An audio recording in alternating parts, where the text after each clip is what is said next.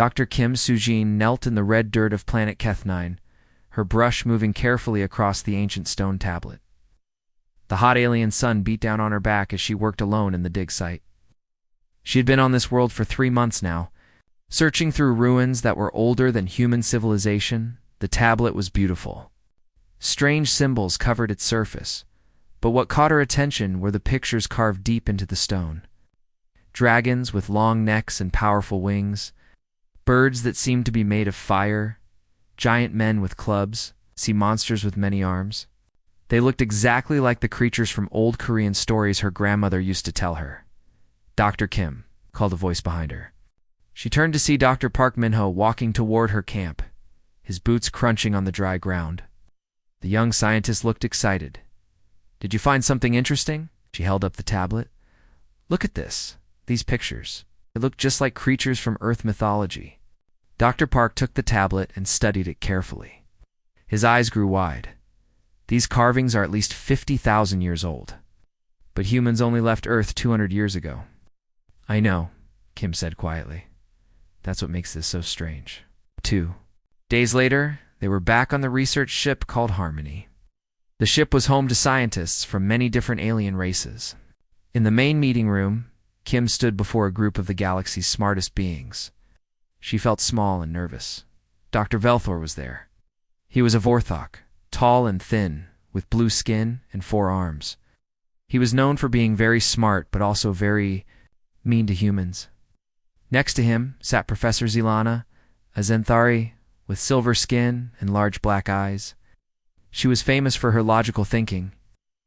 There was also Dr. Morgith, an old Ashanti, who had always been kind to Kim. So Dr. Velthar said, in his cold voice, "You think these old rocks mean something special?" Kim took a deep breath. "The pictures on these tablets show creatures that appear in human mythology. Dragons, phoenixes, giants. The same creatures appear in stories from all over Earth, even from groups of humans who never met each other." Dr. Velthor laughed. It was not a nice laugh. "Humans and their silly stories. You think these drawings prove your fairy tales are real?" Professor Zilana nodded. "I agree with Dr. Velthar. These pictures just show that humans have always liked to make up stories about monsters.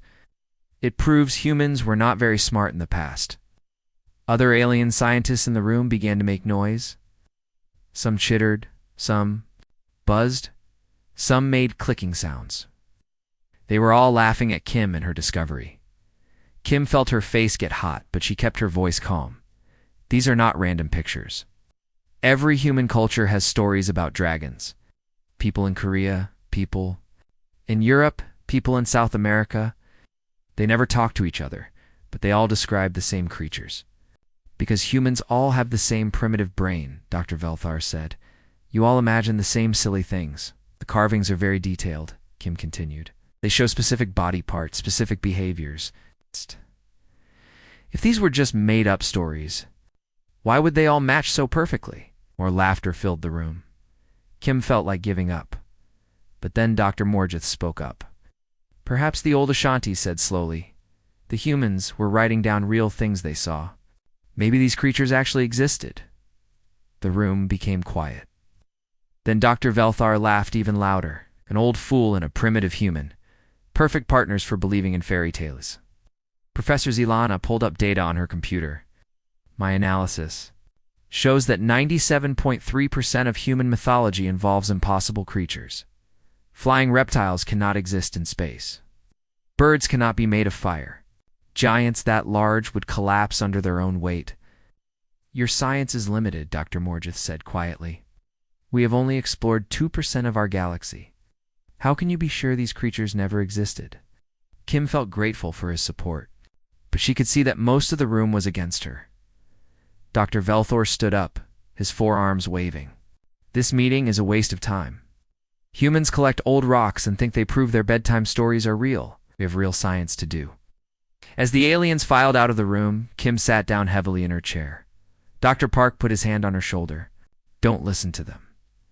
You know you found something important?" Dr. Morgith walked over to them. "Keep studying those tablets, young human. I have lived for 300 years, and I have learned that the universe is stranger than we think." That night, Kim sat in her small room on the ship, looking at pictures of the tablet on her computer. The dragon carved in the stone seemed to look back at her. Its eyes were so detailed, so real. She thought about her grandmother's stories of dragons that could fly between stars and breathe cosmic fire. "Maybe you're right, grandmother," she whispered to the screen. "Maybe they were all real." Outside her window, the stars twinkled like dragon eyes in the darkness. Soon those same stars would prove that everything she believed was true. The space station was dead. It floated between two bright stars like a metal ghost. Spinning slowly in the empty darkness, Dr. Kim Soo-jin pressed her face against the window of their small shuttle as they got closer. The station was huge and old, covered in strange markings she had never seen before.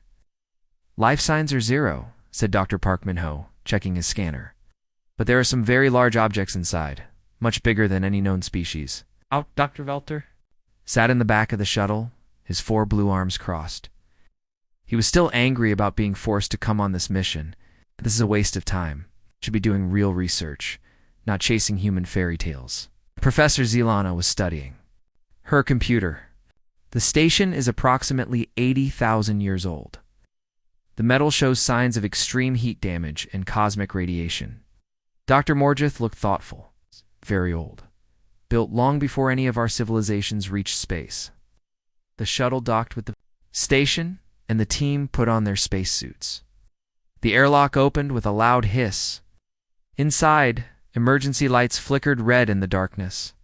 Their footsteps echoed as they walked down long metal hallways. "The gravity is artificial," Dr. Park said, reading his scanner, still working after all these years. "Whoever built this new advanced technology?" They followed a main corridor toward the center of the station. Strange symbols were carved into the walls, similar to the ones Kim had found on the tablet.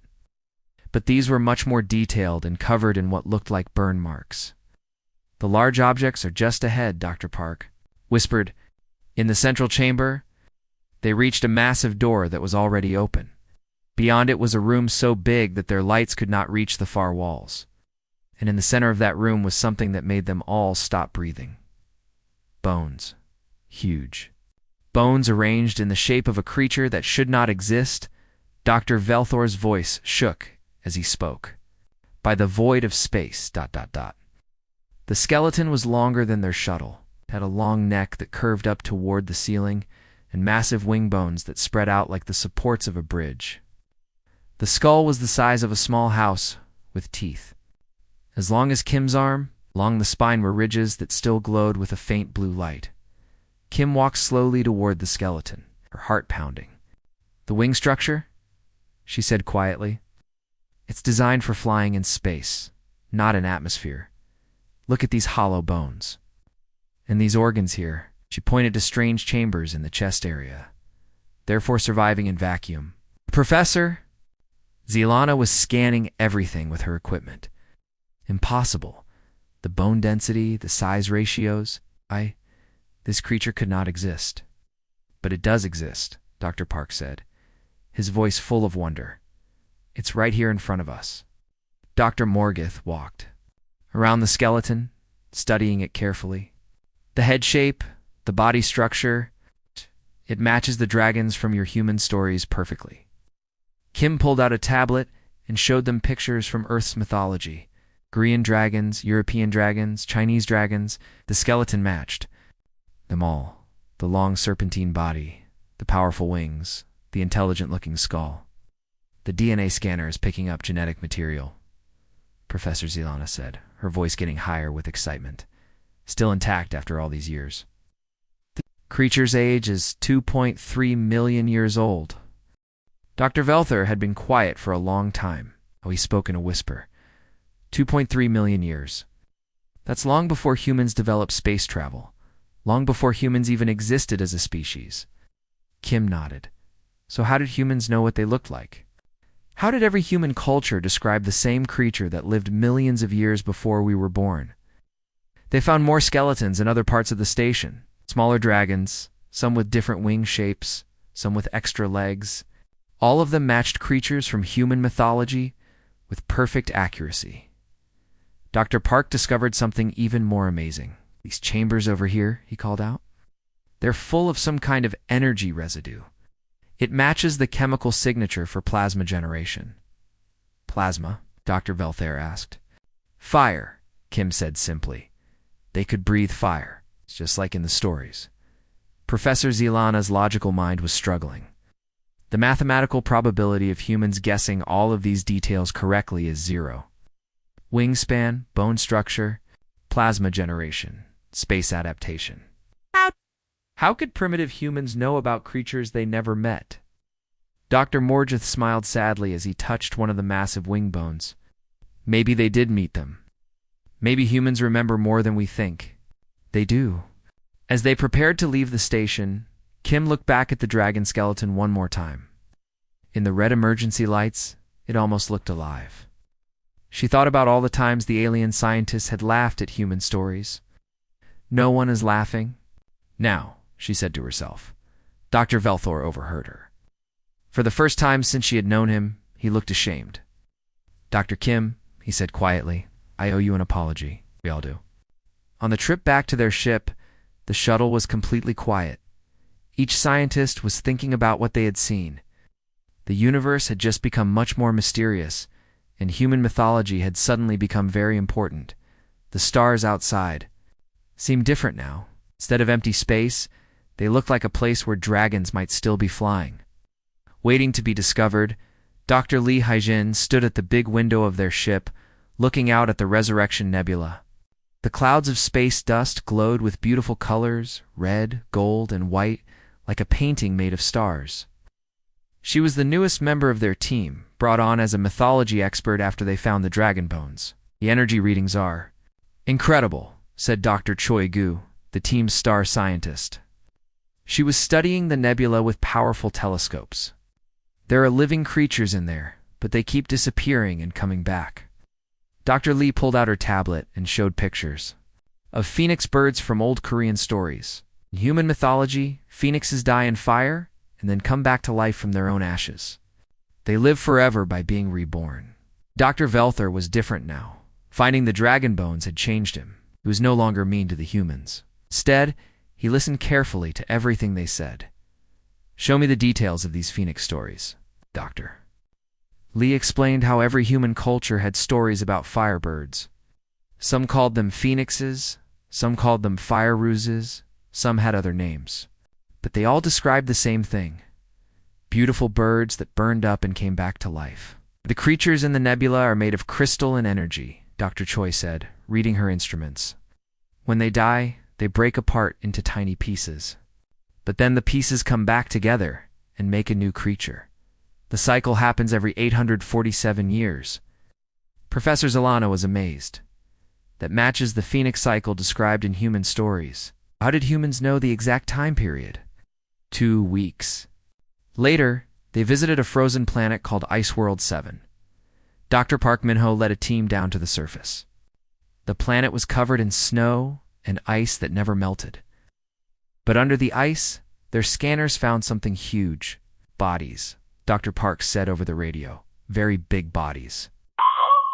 The team dug through the ice for hours.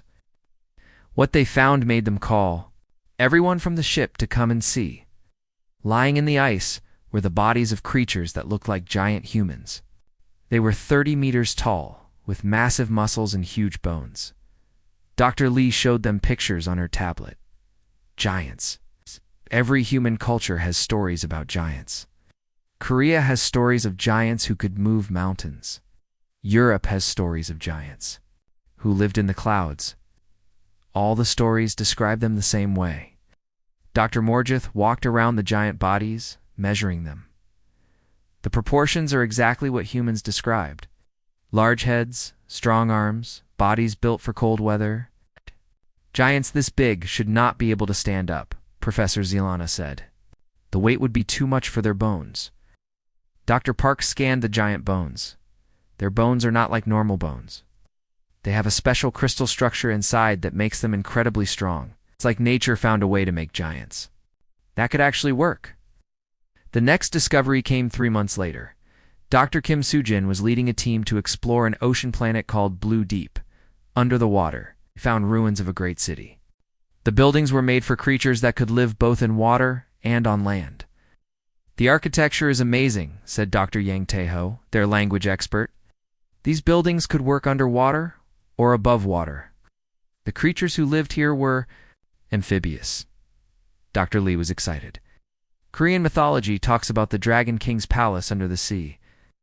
The stories describe a city exactly like this, where dragon people lived underwater, but could also fly in the sky. They found more evidence. In the ruins, statues of creatures that looked like humans, but with scales and fins. Art that showed them breathing underwater and flying through the air. Technology that worked with both water and air. "Every detail matches human mythology," Dr. Kim said as they explored the underwater palace. The layout of the city, the type of creatures, even the decorations on the walls. Back on their ship, the team gathered to discuss what they had found. Dragons in space, phoenix birds in nebulae, giants on ice planets, and sea dragon cities under the ocean. Every discovery matched human stories perfectly. Dr. Velthor looked at all the evidence they had collected. "This cannot be coincidence. The mathematical probability is impossible," Professor Zelana agreed. "We have now confirmed the existence of 23 different creatures from human mythology. Each one matches the human descriptions exactly." Dr. Morgeth was studying a map of the galaxy on the big screen. "I count 1,847 different mythological creatures in human stories. And if this pattern continues, then human stories are a map of the galaxy," Dr. Lee finished. "Every myth, every legend, every fairy tale might be describing real creatures that exist somewhere in space." Dr. Park pulled up more data. "We've only explored 47 star systems based on human mythology. But each time we look, we find exactly what the stories describe." Dr. Kim felt a chill run down her back. "My grandmother used to tell me stories about unicorns, mermaids, and flying horses. I thought they were just fun stories to help me sleep. Maybe they were instructions, Doctor," Yang said quietly. "Maybe human stories are actually a guidebook for finding the wonders of the galaxy." Dr. Velthor looked at the humans on his team with new respect. "Your people have been carrying the secrets of the universe in their bedtime stories for thousands of years." Outside the ship's windows, the stars seemed to twinkle with new possibilities. Somewhere out there were creatures from every human story ever told, waiting to be found.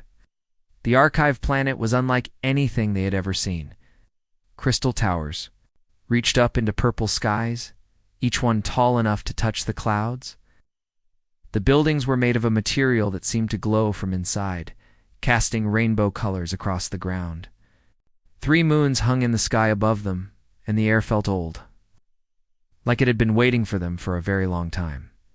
Dr. Kim, Stu Jin, walked beside Dr. Yang Taeho as they approached the largest tower. The door was 30 meters tall and covered in symbols that hurt their eyes to look at directly. When Kim touched the door, it opened by itself with a sound like singing crystal. The architect's Dr. Yang whispered, reading the symbols above the entrance. "This place belongs to someone called the Architects." Inside, the tower was even more amazing. The walls were covered in moving pictures that showed the history of the galaxy. Stars being born, planets forming, and creatures flying between worlds. At the center of the room was a massive computer made of living crystal. Dr. Park Min-ho scanned the computer with his instruments. "It's still active. This system has been running for over 5 million years without stopping." When Kim touched the crystal computer, holographic images filled the air around them. They showed creatures that looked exactly like the ones from human mythology. Dragons flying through space, phoenixes dancing in stellar fire, giants walking. On distant worlds, Dr. Yang worked with the computer's translation system. Symbols were difficult, but slowly he began to understand what they meant. "The architects were scientists," he said, his voice shaking with excitement. "They traveled the galaxy for millions of years, creating life." The holographic display showed the architects at work. They were tall, thin beings with 4 arms and silver skin. They moved from world to world, using advanced technology to create new forms of life. Dragons, for the vacuum of space. Phoenixes, for stellar nurseries. giants for high-gravity worlds, sea creatures for ocean planets. They were making an experiment. Dr. Yang continued reading. The biggest experiment in galactic history. They wanted to fill the universe with wonder. Professor Zilana studied the data flowing across the crystal screens. The genetic patterns show incredible sophistication. They didn't just create random creatures. Each one was designed for specific environments and purposes. Double quotes, Dr. Velthar was amazed by the architect technology. Look at this genetic engineering equipment. They could design life at the molecular level. They made creatures that could survive anywhere. The computer showed them more images. Thousands of worlds, each one populated with mythological creatures. Dragons guarding nebulae, unicorns running through crystal forests, mermaids building cities in alien oceans. The architects had turned the galaxy into a living storybook. But then the images showed something that made them all stop breathing. Earth, their home planet. Young and green, with early humans living in simple villages. Why Earth? Dr. Kim asked. Why did they choose our world? Dr. Yang worked frantically with the translation system. The answer was buried deep in the archive, in files that had been sealed for millions of years. When he finally found it, his face went pale. Earth was their final laboratory, he said quietly. Humans were their last creation. The holographic display showed the truth. The architects had spent millions of years creating mythological creatures and spreading them across the galaxy.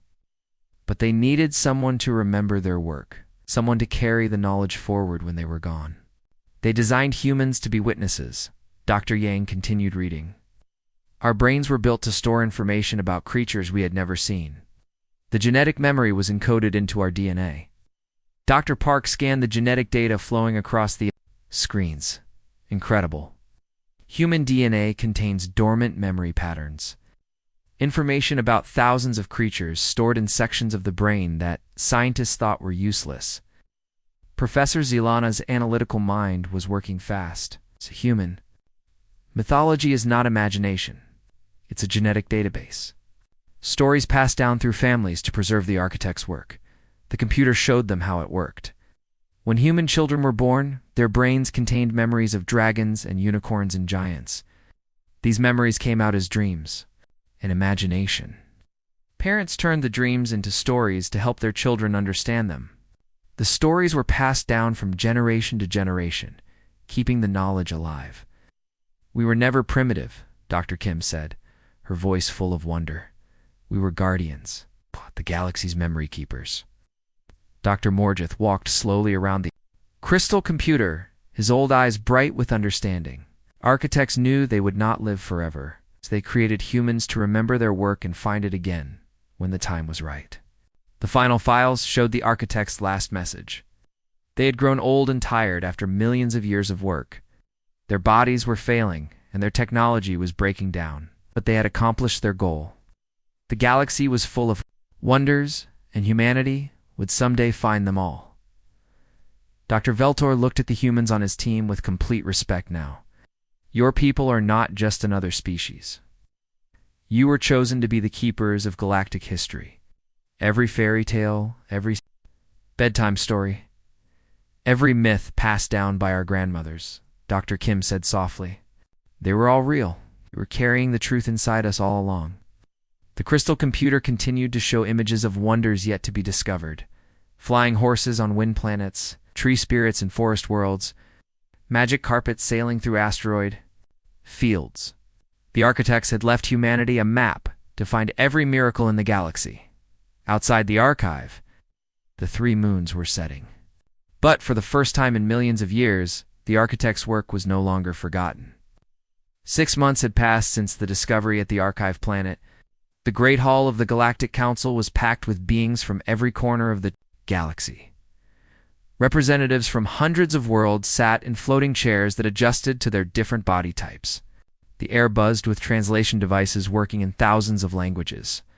Dr. Kim Soo-jin walked to the center of the hall, her footsteps echoing in the vast space. She was no longer the ignored scientist who had been laughed at for studying old tablets. Now she wore the formal robes of a council director, and everyone listened when she spoke. Today we begin a new chapter in galactic history, she announced, her voice carrying to every corner of the hall. The Department of Mythological Sciences is now officially established. A cheer went up from the human section of the hall. But more surprising were the cheers from alien sections, too. The discovery of the architects had changed everything. Species that had once thought humans were primitive now saw them as the key to unlocking the galaxy's greatest mysteries. Dr. Park Min-ho stood beside a huge holographic display showing their recent discoveries. In 6 months, we have found evidence of 127 mythological creatures, unicorns on Crystal Prime, sea monsters in the Titan Ocean, flying carpets in the asteroid fields of Sector 7. The display showed images that took everyone's breath away. Beautiful white horses with silver horns running through forests made of living crystal. Massive creatures with tentacles the size of starships swimming through liquid methane seas. Carpets woven from space silk that could fly faster than most. Shuttles. Dr. Lee Haijin stepped forward with her tablet. Every human culture has stories we haven't investigated yet. Korean tales speak of tigers that can become human. European stories tell of wolves that can change size. African myths describe elephants that can fly, representative from the Centauri. System raised one of his 6 arms. How do we know which stories are true and which are just imagination? Dr. Yang Taeho smiled. We've learned that the more detailed the story, the more likely it is to be true. Stories that include specific locations, behaviors, and physical descriptions almost always lead us to real discoveries. In the audience, Dr. Velthar sat with his team of researchers.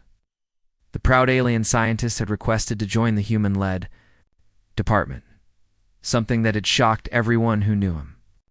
Dr. Kim, he called out, what about the stories that seem impossible even by architect standards? Kim nodded thoughtfully. Those are the ones that excite us most. Last week, we found evidence of time-traveling phoenixes based on a Korean legend about birds that could fly into yesterday. The physics are complex, but the architects apparently found a way. Professor Zielana stood up from her seat. She had become one of the strongest supporters of the new department. The mathematical models suggest there are at least 3,000 more mythological creatures waiting to be discovered. Each one could teach us something new about science, biology, or physics. The council leader, an ancient being with crystalline skin, spoke in a voice like wind chimes. The formal apology of this council has already been recorded. But I want to say again, we were wrong to dismiss human culture. We now understand that humanity's greatest gift to the galaxy is not technology or military power, but memory. A small group of human children sat in the front rows, brought there by their parents to witness this historic moment. Next to them sat young aliens of various species, all equally fascinated by what they were hearing. Dr. Choi Ji-woo addressed the children directly. Who can tell me about the story of the magic beans that grew into the sky? A human girl raised her hand. Jack climbed the beanstalk and found giants in the clouds. Exactly, Dr. Choi smiled. And last month, we found a planet where plants can grow tall enough to reach the upper atmosphere. The giants living there are peaceful traders who welcome visitors. An alien child with purple skin made a clicking sound that was translated as, "Do you really think all human stories are true?" Dr. Kim knelt down to the child's level. Not all of them, but more than we ever imagined. Your parents' stories might be true too. Every species has myths and legends. We're just starting to realize that maybe they're all based on real things. Dr. Morgith, now ancient but still energetic, stood up slowly. I have lived for 400 years. I have seen many scientific discoveries. But nothing has amazed me more than learning that bedtime stories are actually guidebooks to the universe. The hall erupted in applause. The deans from 1,000 worlds clapped, chittered, buzzed, and sang their approval. The sound echoed off the crystal walls like a symphony of species celebrating together. As the formal ceremony ended, Dr. Kim found herself surrounded by young scientists from dozens of worlds. All wanted to join the new department, to be part of discovering the mythological wonders that were scattered across the galaxy. Dr. Kim asked a young Zenthari student, "What story should we investigate next?" Kim looked out through the great windows of the council hall. Stars twinkled in the darkness, and she knew that somewhere among them were creatures beyond imagination.